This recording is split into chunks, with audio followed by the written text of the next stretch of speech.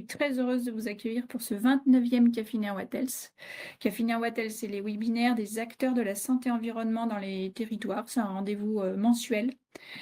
Moi, je suis Stéphanie Favre, je travaille au CEREMA et voilà, une de mes missions, c'est de faire de l'animation, de valoriser toutes les actions publiques qui sont favorables à la fois à l'environnement et à la santé humaine.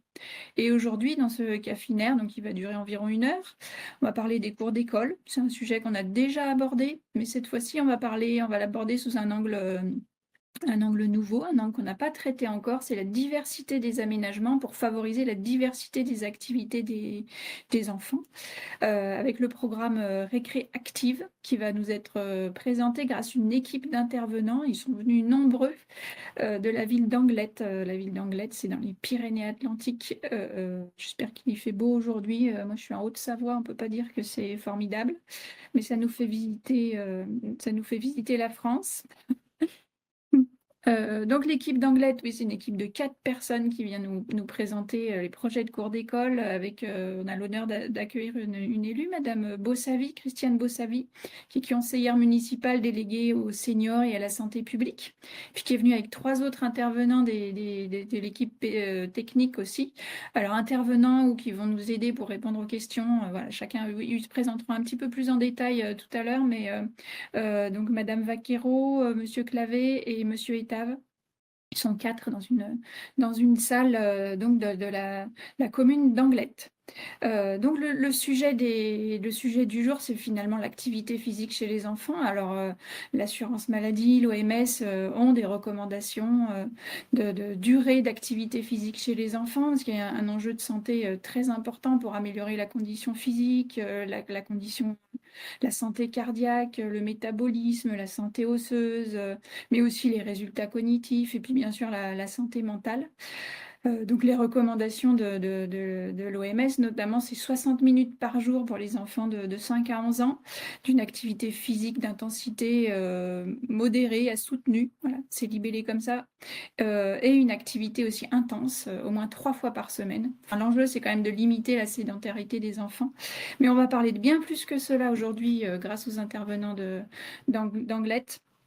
Parce que c'est vraiment tous les besoins des enfants qui ont été abordés par leur projet. Allez, pour introduire ce cafinaire, je vous propose quand même un petit détour par le contexte, pourquoi on est là aujourd'hui, dans quel cadre on y est. Ça permet à chacun de s'installer et ça permet surtout aux retardataires d'arriver. Et puis ça me permet de vous reparler du contexte, puisque certains d'entre vous, j'ai repéré certains noms, sont habitués des cafinaires, mais d'autres sont peut-être nouveaux. Donc je vais me permettre de repartager quelques éléments. Donc voilà, les cafinaires Wattels, qui sont dans le cadre du PNSE 4. Notre intervention, c'est dans le cadre du Plan national santé-environnement, avec plusieurs outils pour valoriser les territoires qui sont engagés à la fois pour l'environnement et la santé. Plusieurs outils, notamment un site internet, qui est un centre de ressources qui a été créé par et pour les territoires, qui valorise les actions des collectivités avec des dossiers thématiques et avec aussi des fiches retour d'expérience, plus de 250 initiatives qui sont sur ce site internet. On a un autre outil aussi pour communiquer, pour valoriser ces actions, c'est les cafinaires que vous pouvez retrouver sur Expertise Territoire. Expertise Territoire, c'est un centre, c'est une plateforme d'échange entre professionnels des territoires. Et sur cette plateforme Expertise Territoire, vous pouvez retrouver beaucoup de choses qu'on va vous montrer grâce à ma collègue Clotilde qui est aujourd'hui avec moi et qui vous a donné le lien notamment vers le site internet, mais aussi on va partager Expertise Territoire. Donc sur Expertise Territoire, une fois que vous êtes inscrit sur la plateforme, vous pouvez retrouver la communauté environnement santé et vous retrouvez notamment tous les replays. Donc puisqu'on est au 29e, aujourd'hui il y a 28 replays qui sont disponibles, accessibles en entier sur cette plateforme, sur ce site Expertise Territoire, sur cette communauté. Vous retrouvez non seulement les replays, mais aussi les présentations des intervenants, mais en plus des replays, on met aussi des documents qui ont été échangés, des vidéos. Et on a aussi sur Expertise Territoire un calendrier un calendrier que chacun peut alimenter avec les événements locaux ou nationaux, les événements que vous organisez. Donc ce calendrier, il est très simple d'accès. Une fois que vous êtes inscrit, vous pouvez ajouter les événements sur lesquels vous souhaitez communiquer.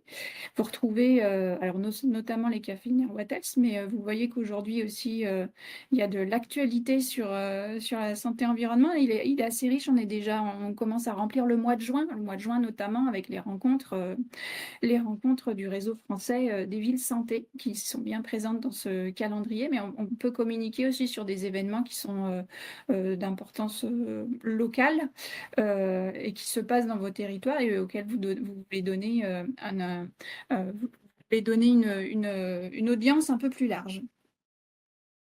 Voilà pour Expertise Territoire. Je vais continuer mon partage d'écran avec nos prochains rendez-vous, puisque on est au 29e Café Wattels, mais on ne va pas s'arrêter là. On va continuer l'année prochaine.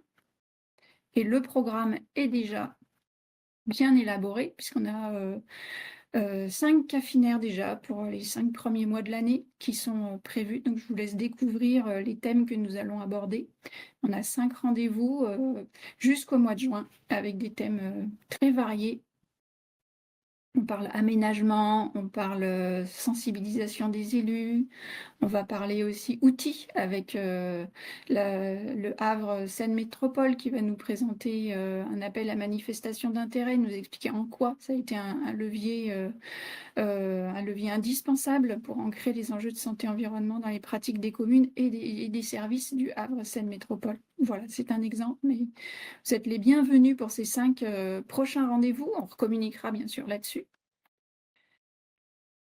Et enfin, si vous avez vous-même envie de témoigner ou si vous repérez des actions sur lesquelles vous souhaitez en savoir plus, n'hésitez pas à me contacter. Donc, je vous laisse mon adresse mail, mais vous pouvez aussi me contacter sur Expertise Territoire. Vous êtes toujours les bienvenus pour partager des actions, que ce soit les vôtres ou celles des autres. L'idée, c'est qu'on s'enrichisse mutuellement avec ce sujet environnement santé dont on n'a jamais fait le tour parce qu'il y a énormément d'activités et d'initiatives sur le sujet. Et l'idée, c'est de les valoriser toutes dans leur diversité. Voilà, moi j'en ai fini avec ma présentation parce qu'on est quand même venu là pour parler des cours d'école et du projet de la ville d'Anglet. Donc si tout se passe bien, je vais passer la parole à la salle de Monsieur Etave, qui sont nos intervenants du jour. Est-ce que vous êtes prêts? Oui, on est prêt. Bonjour à tout le monde. Bonjour. Bonjour à tous.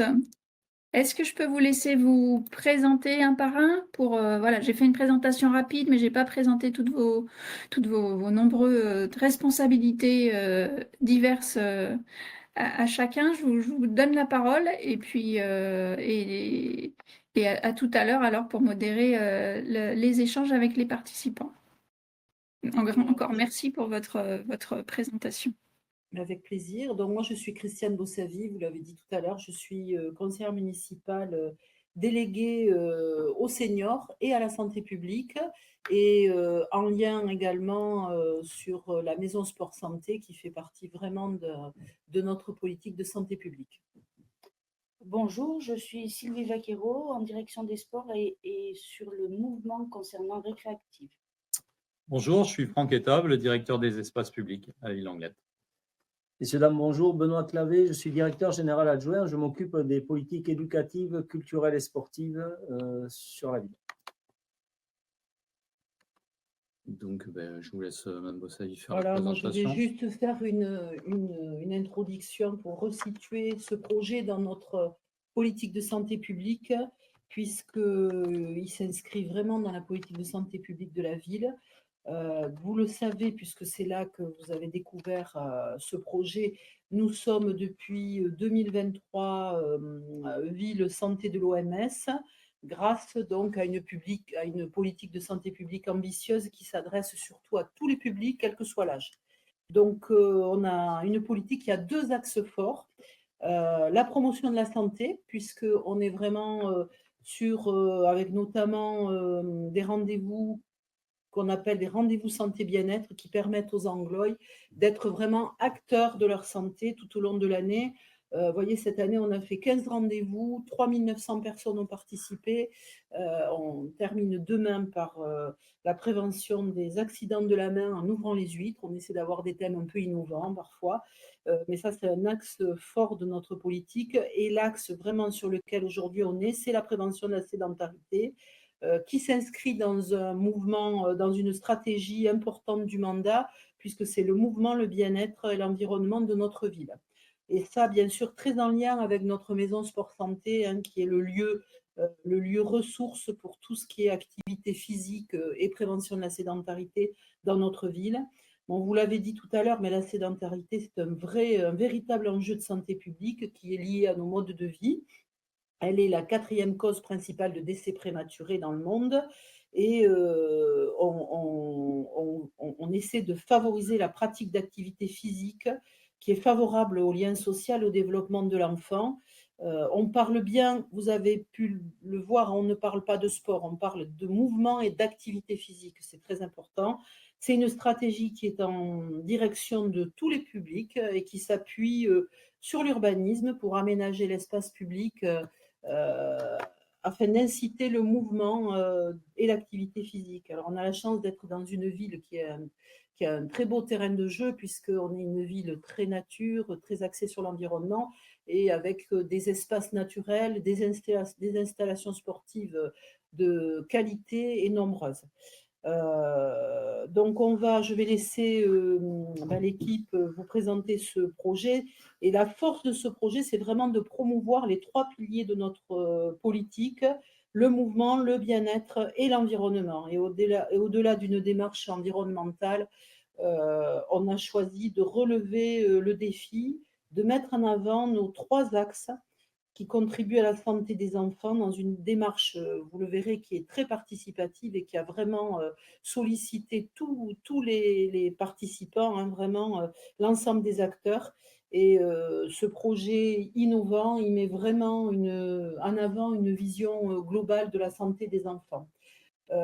Il avait été sélectionné par l'OMS, c'est comme ça donc nous étions au mois de mai à Bordeaux. Voilà, je vais laisser Monsieur Clavé et Monsieur Etave et Madame Vaquero vous en dire plus et répondre aussi à vos questions.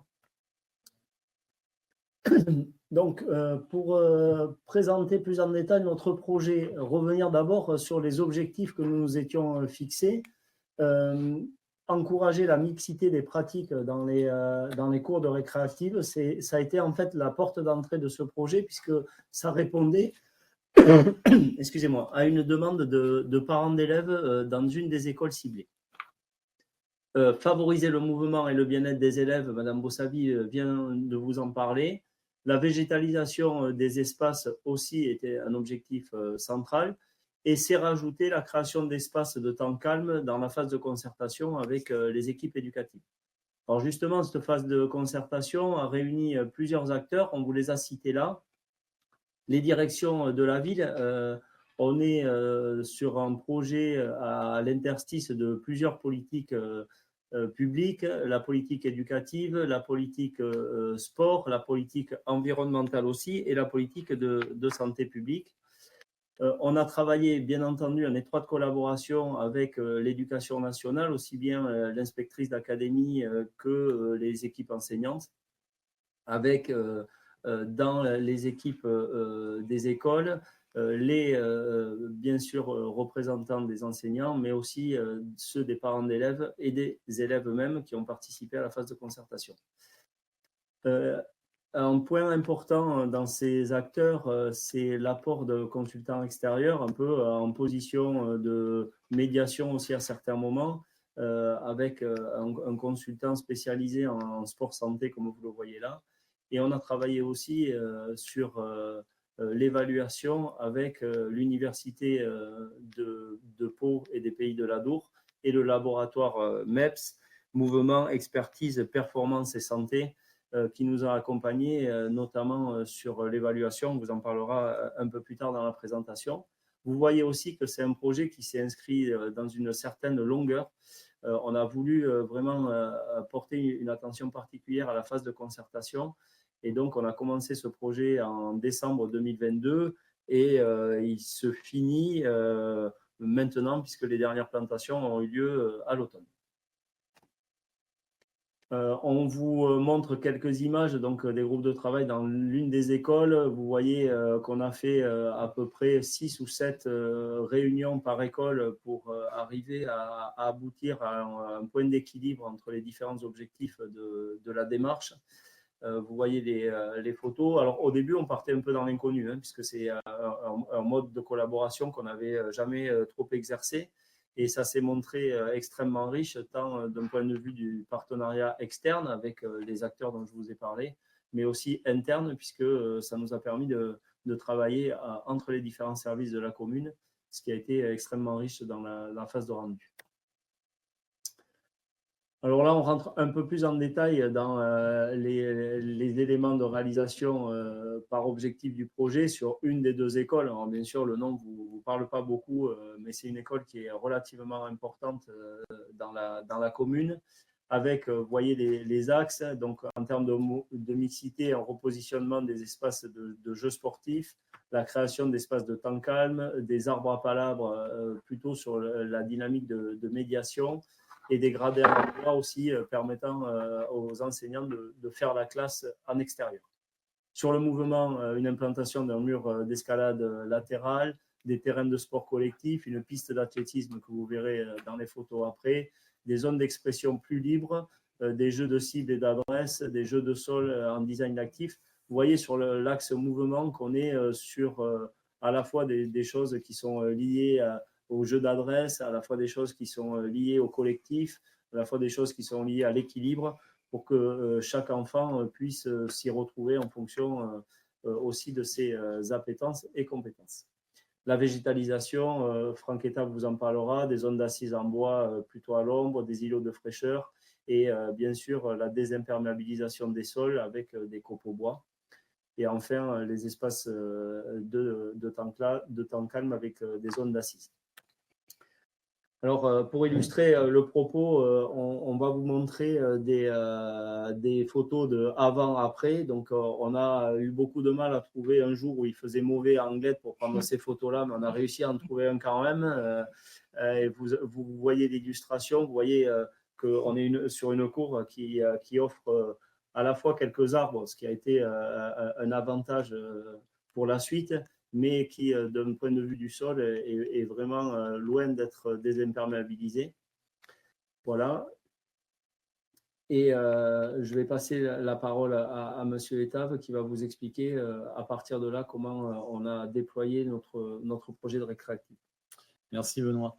Donc juste revenir sur la slide d'avant, où y voir l'état existant. Bon, c'est une cour d'école, comme on a quand même pas mal de ce type-là sur Anglette, sur des cours d'école où on n'a pas été amené à travailler depuis quelques années, où effectivement on a une surface vraiment très imperméable et on voit bien que les arbres sont complètement je dirais, recouvert d'enrobés jusqu'à quasiment au tronc, quoi. Donc l'idée c'était de valoriser ce qui était déjà en place et non pas de repartir sur une copie blanche. Déjà pour une raison de coût, puisque vous verrez dans le plan de financement, je pense qu'on est resté à une échelle tout à fait acceptable sur les travaux qui ont été réalisés. Donc l'idée, c'était de valoriser ce qui était déjà en place et effectivement retrouver, je dirais, une polyvalence des espaces et ne pas se limiter à un terrain multisport qui occupait la quasi-totalité de la cour d'école. Donc le plan d'aménagement, c'est celui-ci, donc, où effectivement, vous voyez l'apparition d'espaces désimperméabilisés au niveau des plantations principalement, dans les deux à droite du plan et également en haut à gauche du plan. C'est des espaces donc, où il y avait déjà des plantations existantes, où on a enlevé le goudron en surface pour pouvoir rendre perméables ces surfaces-là. On a planté en complément des arbres existants pour vraiment créer des zones ombragées. Et en plus, on est venu répondre à une demande qui avait été formulée, comme l'a dit Benoît, au moment de la concertation, sur la création de zones de temps calme. Voilà, puisque effectivement, même si effectivement alors, il y avait une vraie volonté de développer la mise en mouvement des enfants, il y avait aussi une demande forte de retrouver aussi des temps un peu plus calmes ou des espaces où l'on peut également jouer, mais de manière différente qu'une pratique sportive collective type football ou basket ou hand. Donc, c'est ces espaces qui sont un peu, je dirais, les points de départ de cet aménagement, puisqu'il y avait déjà des arbres existants, donc on n'allait pas les déplacer. On a créé effectivement beaucoup de zones d'assises pour pouvoir profiter de ces zones ombragées. Et on a reconfiguré l'espace central en y introduisant diverses fonctionnalités, notamment avec la piste d'athlétisme qui sort un peu de l'ordinaire et qui ne se limite pas à une piste d'athlétisme classique où on court en ligne droite. Là, effectivement, on peut imaginer d'autres choses à l'initiative des enfants ou des enseignants pour justement la mise en mouvement, mais différente d'une pratique purement sportive. Également, donc, la création d'un espace donc en gazon synthétique, on en reparlera dans l'évaluation, puisque on a fait une évaluation également sur l'impact de cet aménagement en termes de température au sol. Donc, un espace en gazon synthétique, on a enlevé le goudron qui était dessous pour laisser du caillou drainant. Et on a mis un gazon, mais sans aménagement particulier en surface, on le verra sur les photos, plutôt pour une pratique libre, type gymnastique, type faire des pirouettes, faire de la méditation si on le souhaite. Enfin, un espace libre à l'initiative des enfants pour y pratiquer ce qu'on y souhaite. Une terrasse et gradin bois, donc à côté des deux petits frontons pour les fameuses cours d'école en extérieur.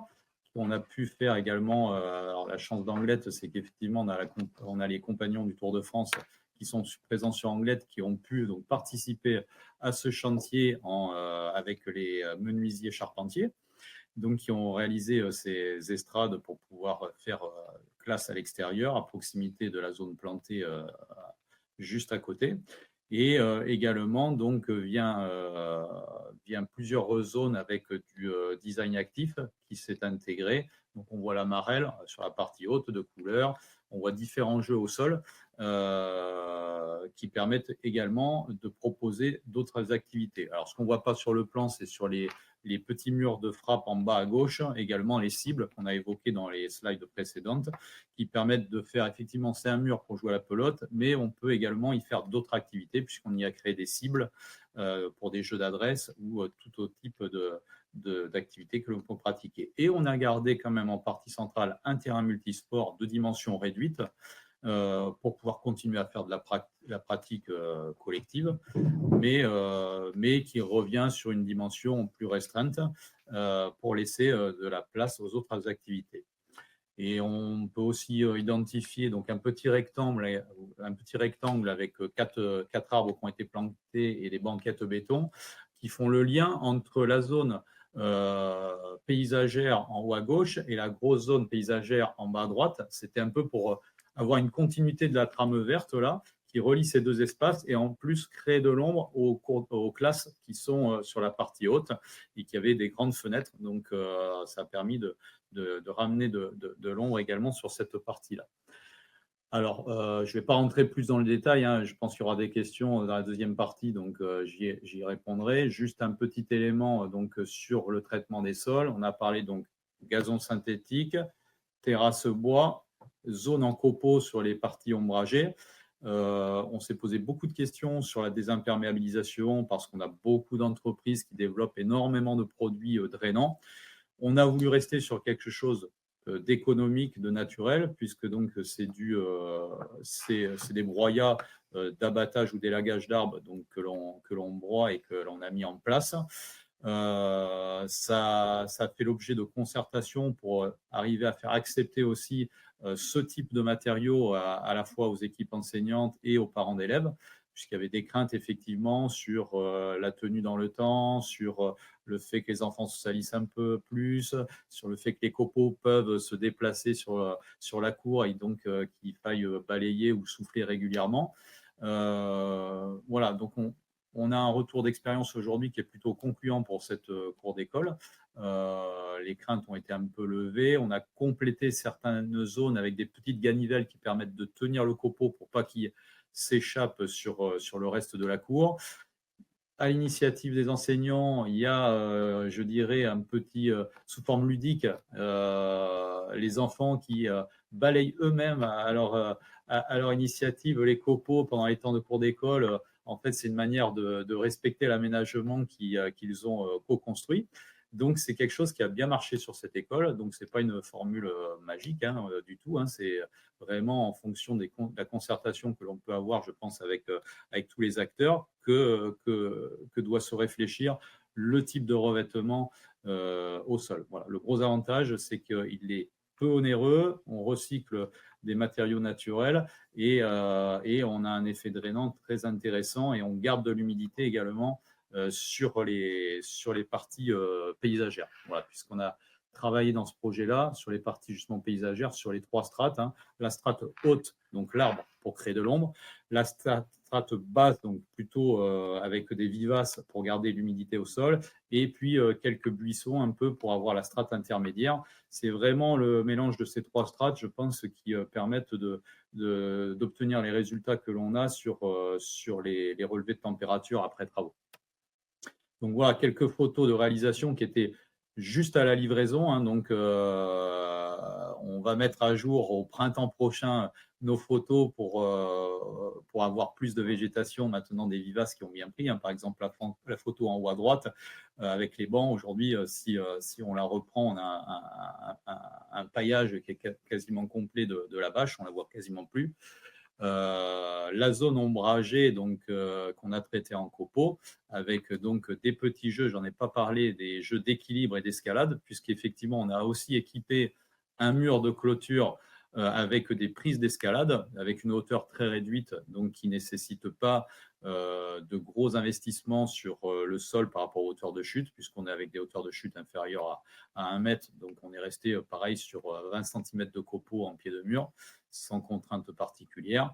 Et donc voilà, on vous a fait les photos avant à gauche, avant à droite, pardon, et après à gauche de ce que donne l'aménagement. Voilà. Donc cette zone désimperméabilisée, on a sécurisé quand même parce qu'elle reçoit toutes les eaux de la cour d'école. On a sécurisé avec au point bas une grille en surverse pour pas non plus avoir quelque chose, parce que dans le Pays Basque, il y a de la pluie. Vous avez posé la question en préambule, il pleut aujourd'hui, il tombe pas mal d'eau, donc même si on a des sols qui sont désimperméabilisés, on peut se retrouver sur des gros événements pluvieux, avec effectivement des grosses flaques. Donc là, ce n'était pas le but, c'était qu'on puisse rassurer tous les utilisateurs sur ces phénomènes pluvieux. Donc on a quand même en surverse une grille en point bas qui prend l'excédent d'eau. Voilà un peu de design actif qui a été fait. Voilà, donc c'est vrai qu'on avait profité de l'événement de Paris 2024 avec les Jeux Olympiques également pour sélectionner des jeux que l'on pouvait retrouver dans les catalogues qui avaient été transmis dans le cadre de Paris 2024. Quelques photos des enfants qui ont inauguré cette école. Donc, on voit la piste d'athlétisme qui a été réalisée, le mur d'escalade et les troncs d'arbres également qui servent d'escalade. Donc ça, c'est pareil, c'est nos équipes qui ont débité des pins qui étaient en fin de vie et qu'on a utilisé les plus gros fûts pour pouvoir faire ces petits plots d'équilibre. Voilà, encore quelques photos. Les balais. Donc voilà, on voit les enfants qui sont en train de balayer, tout à fait. Sur les essences, on est resté bien sûr sur des essences locales, donc chêne vert principalement sur les sujets haute tige, et après, comme je vous l'ai dit, beaucoup de vivaces dans des pépinières locales et sans système d'arrosage. En fait, tout ce qui a été planté, il y a eu bien sûr de l'arrosage sur les hautes tiges au démarrage, mais après, il n'y a pas d'arrosage automatique sur l'ensemble de l'aménagement et qui s'est développé vraiment sans aucune difficulté. Je reprends la parole rapidement parce que vous voyez que c'est mieux de l'illustrer avec les plans sur la seconde cour d'école pour laquelle on a suivi exactement le même processus que ce que je vous ai expliqué. Vous voyez aussi en fonction des 4 objectifs fixés les différents aménagements que nous avons ciblés. Je ne vais pas vous les reprendre oralement là. Je laisserai à Franck le plaisir de vous les présenter sur les plans. La cour d'école, donc là on est dans une autre configuration, une cour d'école avec deux bandes parallèles, une très végétale mais peu ombragée et peu fonctionnelle, et l'autre beaucoup moins végétale, comme vous le voyez sur les photos qu'on vous présente là. Je vais reprendre la main donc, sur la présentation. Donc pareil, si on revient donc, sur la slide avant, comme l'a dit Benoît, effectivement, une cour d'école complètement différente par rapport à la précédente, où on avait déjà en fait 50%, je dirais, d'espace vert et 50% d'enrobé, mais complètement dissociés, et un talus qui faisait la jonction entre ces deux espaces-là. Et finalement, sur l'espace vert, comme l'a dit Benoît, très peu de fonctionnalités, très peu utilisées, alors qu'on avait la chance en plus quand même d'avoir une forêt, puisqu'on a le bois de Montory qui est à la partie arrière. Mais du coup, les enfants utilisaient peu cet espace-là finalement. Donc un traitement avec une réflexion en termes de conception différente, et qui a conduit à ce projet-là.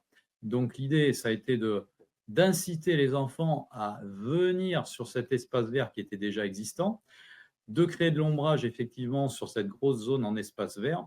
Et donc le point fort de ce projet, ça a été de trouver une fonctionnalité au talus pour inciter, comme je l'ai dit, les enfants à reprofiter cet grand espace vert. Donc on a principalement mis en place des jeux d'escalade qu'on verra sur les photos, qui forcément parlent aux enfants, et ils sont très demandeurs de tous ces jeux de grimpe. Donc là, on a choisi des jeux en robinier qui ressemblent un peu à de l'acrobranche, entre guillemets, quoi.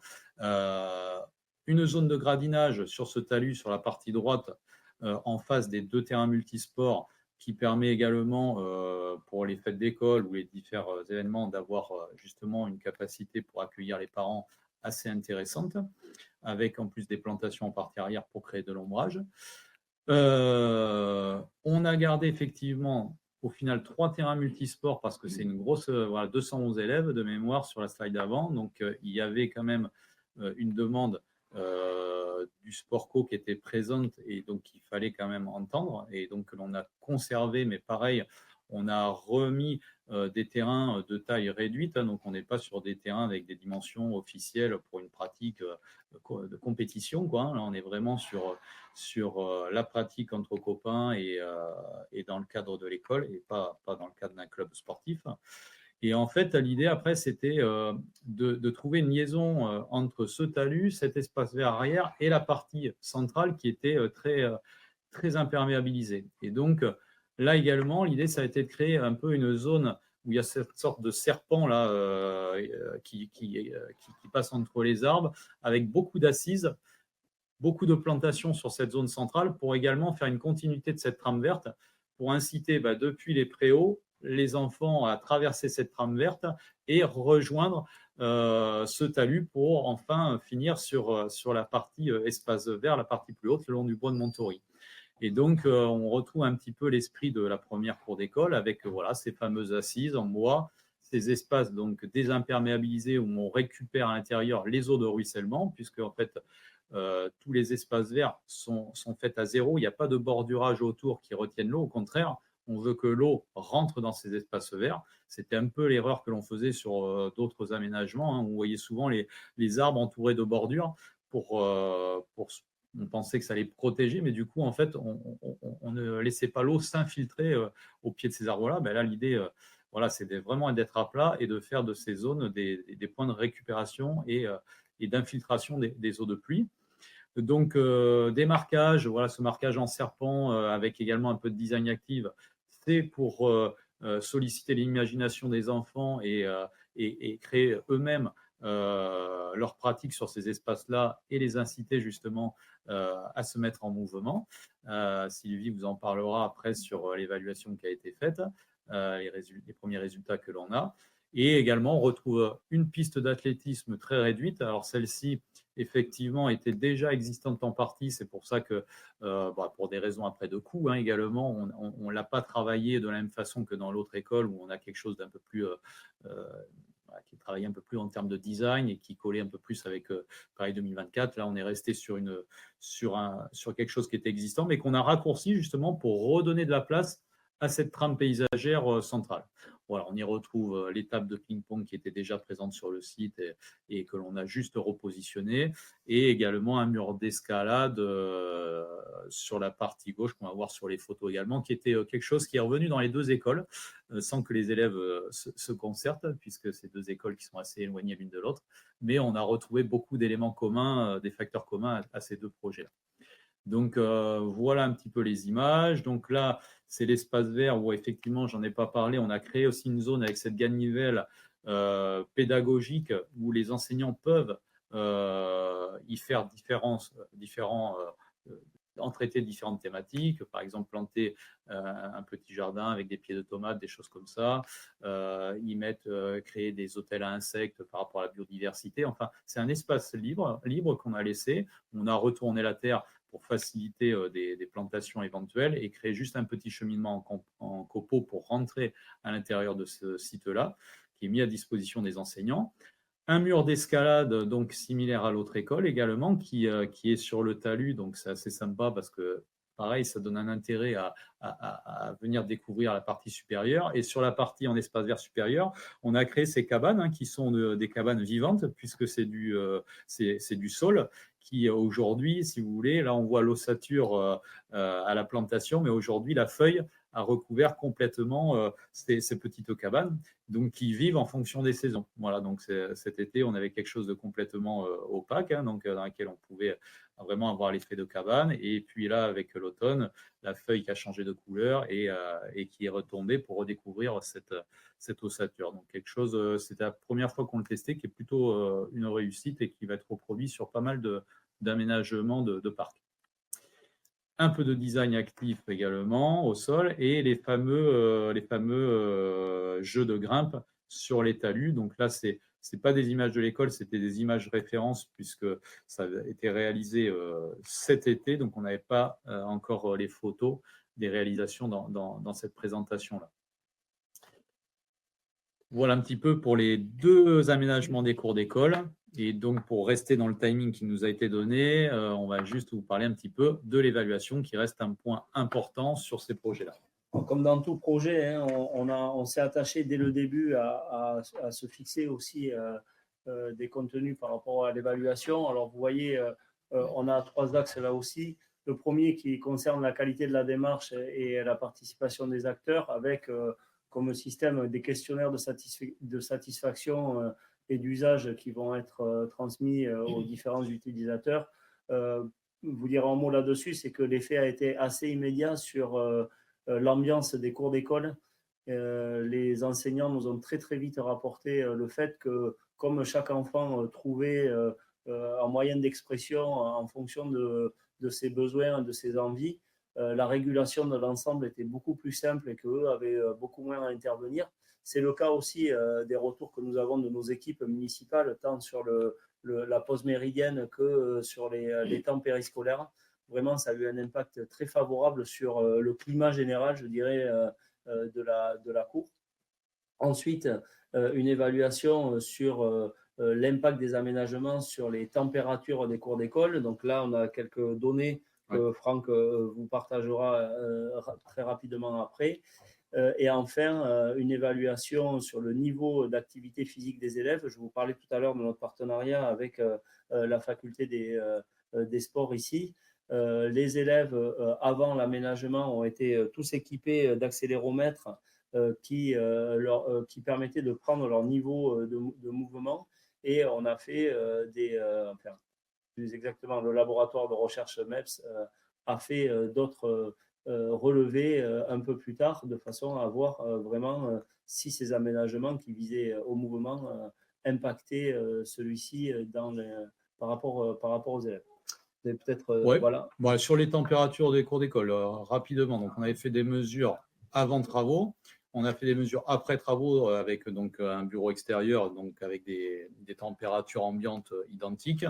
En conclusion, ce qu'il faut retenir, c'est effectivement les zones désimperméabilisées, ombragées, on a gagné 8 degrés, donc c'est là où on a gagné le plus, ce qui est très intéressant, mais ce qui était à peu près attendu par rapport au retour d'expérience que l'on pouvait avoir sur d'autres collectivités. Sur le gazon synthétique, c'est quelque chose de bien gardé en tête. On espérait avoir une baisse des températures, le fait d'avoir enlevé l'enrobé pour rendre perméable et avoir fait un gazon synthétique. Aujourd'hui, on a des mesures de température qui sont supérieures aux températures qu'on avait sur de l'enrobé. Donc ça, c'est quelque chose donc, qui va nous servir d'expérience pour dire que voilà, le gazon synthétique, en termes d'îlot de chaleur, c'est quand même pas terrible du tout, même si on désimperméabilise dessous. Voilà. Donc ça, effectivement, on a des températures supérieures à l'enrobé que l'on avait, puisqu'avant, on avait donc une zone en enrobé avec juste des marquages de terrain de foot sur cette zone-là. Donc voilà, donc ça, c'est quand même intéressant, on ne pensait pas. Et par contre, la grosse surprise, effectivement, c'est sur la piste d'athlétisme qui a été traitée avec de la couleur, qu'on a vu sur les photos, où là, en fait, donc, on a gagné 4 degrés juste en jouant sur une couleur au sol. Donc, par rapport à l'enrobé noir, la piste d'athlétisme qui était avec des couleurs bleues et jaunes, on gagne entre 3 et 5 degrés suivant la couleur, voilà, entre le jaune, le bleu ou le blanc aussi, parce qu'il y a du blanc en périphérie. Donc ça, c'était quand même un peu inattendu d'avoir autant de... Alors on le connaissait un peu sur les toitures des bâtiments, où effectivement la couleur blanche permet de baisser les températures, mais c'est vrai qu'on ne pensait pas avoir un gain de 4 degrés à peu près sur là où on a fait du design actif. Donc ça, c'est un peu, voilà, c'est un retour d'expérience qui est assez intéressant. Donc on est en train de poursuivre des mesures avant, après aménagement sur d'autres sites en cours d'aménagement sur la ville d'Anglette. On essaiera de croiser un peu tout ça pour que ça soit un vrai guide dans nos aménagements futurs sur le choix de nos matériaux, à la fois sur le type de matériau, la nature du matériau, mais également sur la teinte. Voilà. Et enfin, sur l'évaluation sur le niveau d'activité, Sylvie, si tu peux peut-être faire un premier retour d'expérience. Alors, le retour d'expérience n'est pas complet puisque le T0 a eu lieu sur les 2 écoles, mais le T1 sur une seule école pour l'instant, donc on attend la seconde.